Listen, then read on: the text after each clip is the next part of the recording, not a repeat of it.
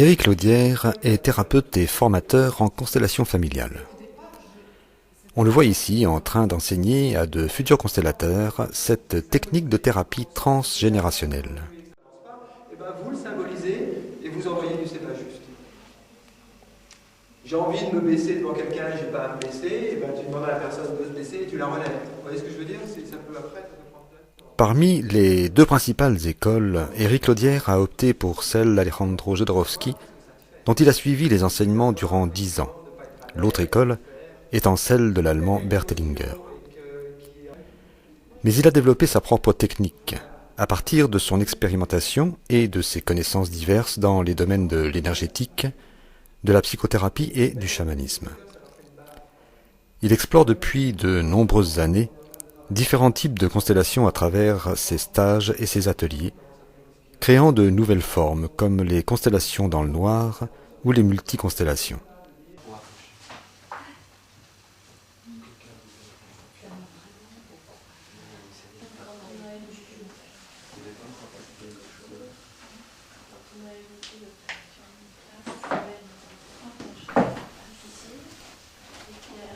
En partant d'un problème bien défini, la technique consiste à mettre en scène les représentants des éléments familiaux du consultant que celui-ci a choisi lui-même parmi l'assistance.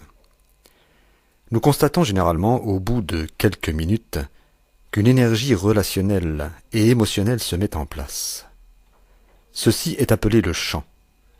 Il s'agit réellement d'un champ énergétique qui met en évidence les problèmes familiaux et les secrets de famille qui ont marqué la généalogie du consultant et qui conditionnent la vie relationnelle de celui-ci dans son quotidien actuel.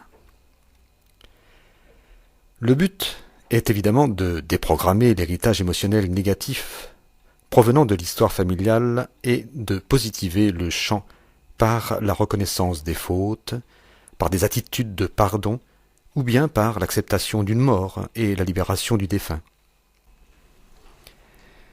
Il en résulte la plupart du temps un sentiment de dégagement, d'allègement éprouvé par le consultant lui-même, mais aussi par les participants qui, au travers de leur figuration, ont souvent l'occasion de travailler leurs propres problématiques.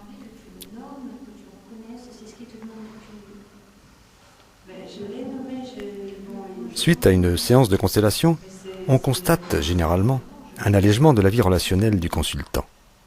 Mais le plus troublant est de constater bien souvent des changements de comportement chez le père, la mère ou les enfants du consultant sans que ceux-ci aient été mis au courant de quoi que ce soit. La constellation familiale s'inscrit dans un concept plus large, appelé constellation systémique.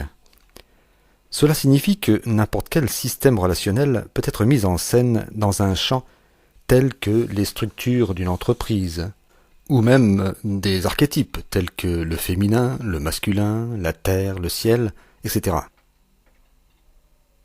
Éric Laudière pratique cette technique et il s'en sert en constellation familiale en introduisant dans le champ la représentation de la colère, ou de l'amour, ou tout autre élément qu'il fait figurer par des personnes qu'il choisit dans l'assistance. Ça veut dire que c'est valable aussi pour un mort. Là, il y a un aimant incestueux. Oui. Mais quand. De le retourner. C'est-à-dire que c'est pas juste d'aller te noyer dans le mort. Ah oui, ok, d'accord. C'est-à-dire que je t'approche du mort, j'ai envie d'être le mort, ça arrive souvent. Oui. On me retourne, ça c'est pas juste. Du coup, il se passe des choses. Des fois, il faut le faire plusieurs fois. C'est comme si tu secoues quelqu'un pour dire réveille-toi, tu es en train de. Tu veux essayer? T'as essayé? Non, je pense. Éric Laudière utilise le langage symbolique pour parler directement à l'inconscient. Son travail en constellation se pratique sur 4 niveaux qui correspondent aux 4 éléments de base: la terre, le feu, l'eau et l'air.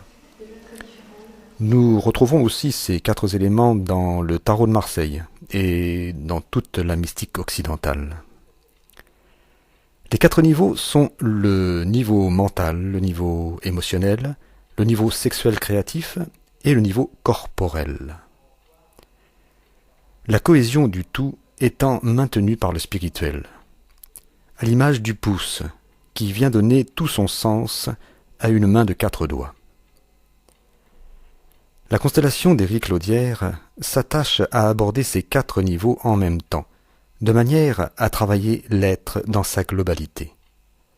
Un changement profond, dit-il, ne devrait négliger aucun de ces 4 niveaux.